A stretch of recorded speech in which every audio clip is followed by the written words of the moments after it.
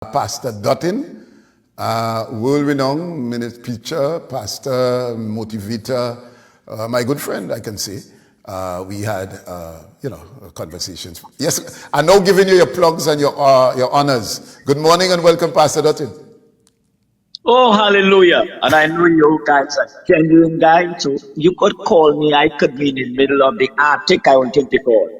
Yeah, Mr. Clive Dottin Yes. is with us virtually, ladies and gentlemen. Reason like that, and I'm taking the call. All right. So let's go, Pastor Dottin. When the church is attacked by bandits, and I say the church, given what it represents in our society, and when we have fallen that low, it's not the first time we had a minister in one of the other churches, can't remember the name, bishop, I think somebody, and when the church is robbed, you too would feel that and would feel empathy for those, because we know, I said, woe be unto a fellow who robbed the church. But just speak to that and to how come we have reached that low? Well, I am so happy that you called me today, because this was always on the cards when we describe these young punks as good boys who only looking for an opportunity. Listen, I am a Seventh-day Adventist pastor. Father Anton Deryck, I think that's his name, from the St. Benedict's RC Church in La Romaine. He was asleep. He was tied up. He was assaulted. This is vile and vicious. This is an act of profound blasphemy. This should never have taken place, and we must make no more excuses. Now, you understand what's going on here. We have blurred the line and almost removed it between the sacred and the profane. That is what has been happening. And it didn't happen overnight, dear host. It happened over a prolonged period of time. We want a wine, but we don't want work. That is what is happening. We want salary without commitment. We want change, all right, without divine connectivity. And that is what is hurting the nation. We have to put it straight. And by the way, I'm telling you, I'm involved in a situation in Trinidad right now. I mean, right now, involving opposing gangs and their girlfriends and their families. And I am trying my best to rescue some very young children and pull them out of the gang culture. But you generally don't get support for that, you know. You have to have the personal commitment. And I want to deal with those in parliament. You have to have the personal commitment and be willing to sacrifice and risk your life to make a difference. Because in the first place, the media understands that blood cells and negativity cells and, prostitutionary behavior cells and pornography cells. That is what is taking place. And I have been to several projects in Trinidad where the media never showed up. And it involved thousands of young people and their parents. Activities sponsored by Rondell Field, by myself, my brother Samuel Sanko. And to get support for some of these projects is like pulling teeth without anesthetic. So I am saying we have sown the wind, I'm quoting the Bible now. We have sown the wind and we're reaping the whirlwind. When you have mothers selling their daughters into prostitution and fathers who don't mind if their son going around with a homosexual drug dealer, once a drug dealer putting money on the table, you expect you're reaping that. That is what we are reaping. And we're more concerned about carnival than commitment. That is where we are as a society. Pastor Dottin, so I am not can surprised. Ask you the question. I can ask you. What would have led to that? My good colleague here, Mr. Cox, spoke about people are desperate and would do desperate things for survival. for a bread on the table. Shadow said the problem is sugar. The problem is flour. So prostitution would be an option to earn or to eat. Selling drugs would be an option. Let's speak to why these people are choosing this way of life. Employment might not be so easy to come by. The CPEP workers were sent home with no redress and no other means of earning. Let's speak to that. So prostitution, guns and drugs will prevail because as far as they're concerned, the system or the government does not provide for them, so have to provide for themselves. What say you on this matter? Well, I feel we have year after year, we have used these same things, and we have contributed to that also, of making excuses for these guys.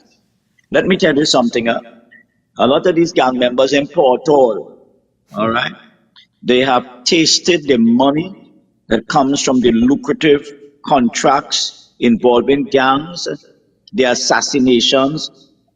And I want to tell you, a lot of these young people are growing up in loveless and godless homes, and their parents, hear what I'm saying, their parents don't set them the right example. In fact, I am calling this morning for a national parenting program that should permeate every county, every constituency in our country. We have got to realize the value of the spiritual. We have lost the sense of the sacred. Yes, you may have poverty and people job. I heard the government says they're going to employ 20,000. I hope they do that in short time. Personally, I was not happy. There's not a seamless transition between what you had before. I mean, it was rife with corruption. I understand that. To where you wish to go. And the longer you take, you're going to have challenges. But I am saying there's a deeper issue. And the deeper issue is that we have lost the sense of the sacred. We have lost a sense of sacrifice. And we have lost a sense of commitment. That is what is hurting us. And we could spin it, we could twist it, we could turn it around. That is the major problem in our society. Let me ask you a question. How many of these young people going to any church at all? Going to any religious program? How many of them, all right, who maybe drop out from school, have a desire to go and take classes and get back on a career? How many of them? And hello, if you're working for $800 a week and you could get a couple thousand by raiding and home invading and killing, all right, these youth with a twisted, negative, demonic value system will go in that direction. Mr. Dottin, and I warn the church. And Mr. Dottin, we hear you loud and clear, but let me ask you this though. Are these same individuals that we're speaking about more fearless or more hopeless?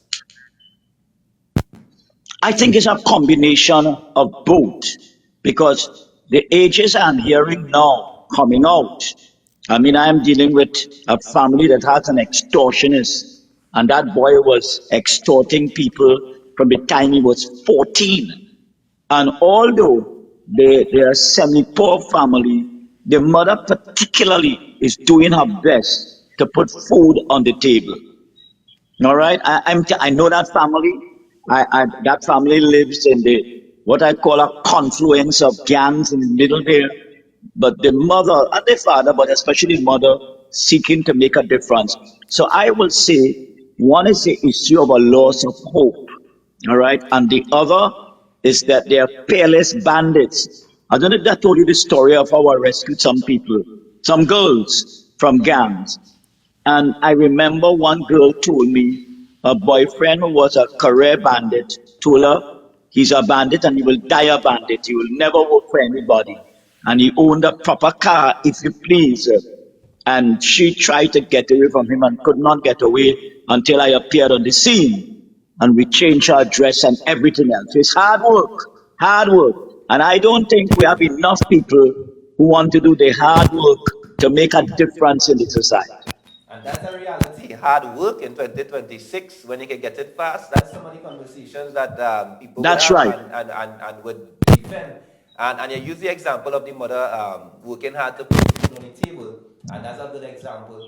But the young man who maybe unfortunately turning his life to crime or taking an illegal approach to earning a dollar might say, yeah, she putting food on the table, but at what rate, at what frequency? I have made a statement, and I want to drop it on you all here before we come to an end. I have made a statement. The day we are serious about dealing with the gang culture is the faster we solve the problem. But the gangs know we are serious. When Randall Hector was shot and killed at the start of this year, all right, the government then, all right, never said a word, never went to the funeral, all right, and you wondered if there was some connectivity between the gangs and high public officials. But when I heard how Randall Hector was killed and the negotiation between various gangs and the rental of snipers to put down the job outside the church, you know how far we have reached. And hello, we must stop sugarcoating. We have reached a terrible level. We are not on the brink of an abyss. We're deep inside the abyss, and we know what we have to do, and we still don't want to do it. So that we have to call out that. We have to call out that. That is a major thing where we have to do. I want to go back to the family and the spiritual component of raising a family. You said people are not going to church. There are hardly people maybe not even saying prayers together as a family.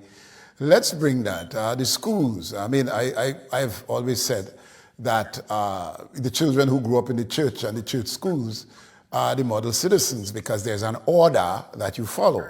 We seem to be a lawless society because of breakdown in law and order. Pastor Dottin, how do we come to, let's say that we can't save this generation, they're gone already, they're going to rob churches and they're going to do all kind of big craziness. But we have a new generation in nuclear families now, families, mother who just had a baby and so on. Those are the ones that we need to meet because the nursery, if we are not careful and not raise or water the nursery with all the right ingredients and spoke about manure until earlier. But if that child isn't raised with the manure of religious or spiritual upbringing, and the parents do have that as part of their, if you want to call it, the manual of raising the child. I can boast of my generation that was raised spiritually and religiously. But how many of you ask the question? So what do we need to do with reaching those new parents, the new generation, as to save them from becoming prey or falling prey to a life of banditry and gang life? What do we need to do? I think the first thing we have to find is individuals who are genuine, not political. They may be political, but that must not be the criteria. Individuals who are willing to make a difference. I feel both the government and the church must come together to have what I call a broad-based strategic community adoption ministry. That is required. The government can't do it alone. The church can't do it alone. But the church, however, must see itself as being in the front line, as positioning itself. When I say the church, I mean all the churches, Hindu, Muslim, Christian, Baha'i, as positioning themselves in the front line to fight this battle. Because, by the way, let me tell you something. When you have one criminal, 16 years old, drinking blood, all right? When you have young 16-year-olds on underground shooting ranges in the country, and those areas ultimately become hotspots. When you have all of that, you need Davids to face the Goliaths, And we have got to start training young people, starting in the church and extending to the school to confront what is there. And on the media, we have to highlight positive role models and youth who are doing well. And we have to engage. It's not enough to have youth in a youth parliament. They must be in the community. That is where it has to go. All right? And I am saying that if we don't make a move now, not even Trump could help us. You hear what I'm telling you? If we don't make a serious move in the community now, all right, and affirm those of us, the few of us who are making endless sacrifices with our limited resources, then all hell will break loose. And by the way, all hell is breaking loose. Very interesting there, Mr. Clive, Pastor Clive Dottin. I mean, before we wrap up the conversation this morning, and of course this conversation must continue. I'm talking about off air in terms of Of ways course, of course. to save the nation. But again, just so yes, we would depend on the protective services to do their part. We'll depend on the communities. Depend on the homes. But the mind of the individual, the mind of the young man or young girl are being influenced by fast life. And because of that, there's a high degree of lack of sacrificing, and sometimes it is difficult to see a way, as we would say in local parlance. What is the advice for the young man listening or the young girl listening who is struggling to even begin to think about sacrificing Pastor Dottin?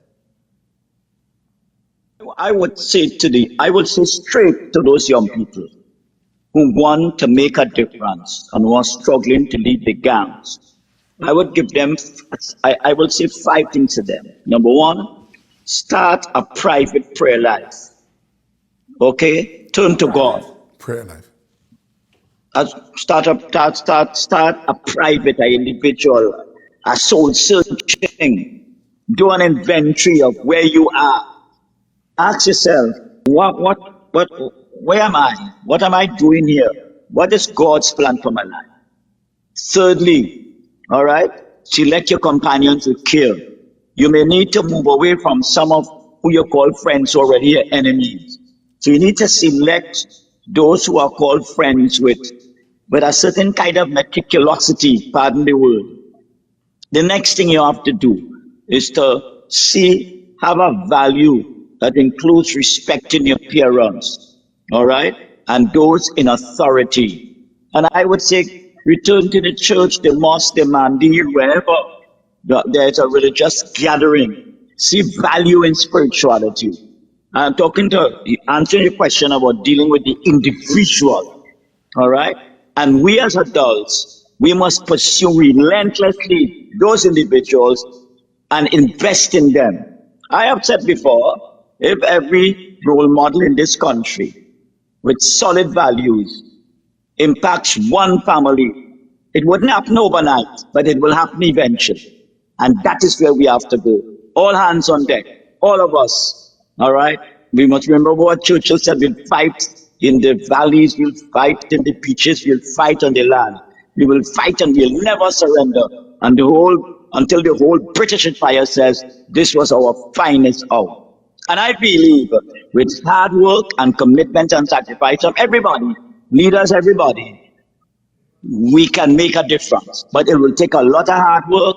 You have to ruffle the feathers. You have to rock the boat of corruption. That is a major thing in the society, and the young people know that. So they see us as a bunch of claiming hypocrites. So we have got to be genuine. Okay. Pastor Dottin, a pleasure, and your work, we are indeed thankful to have you. And I don't know when we've seen you in Tobago again, but anyway. I was here last week.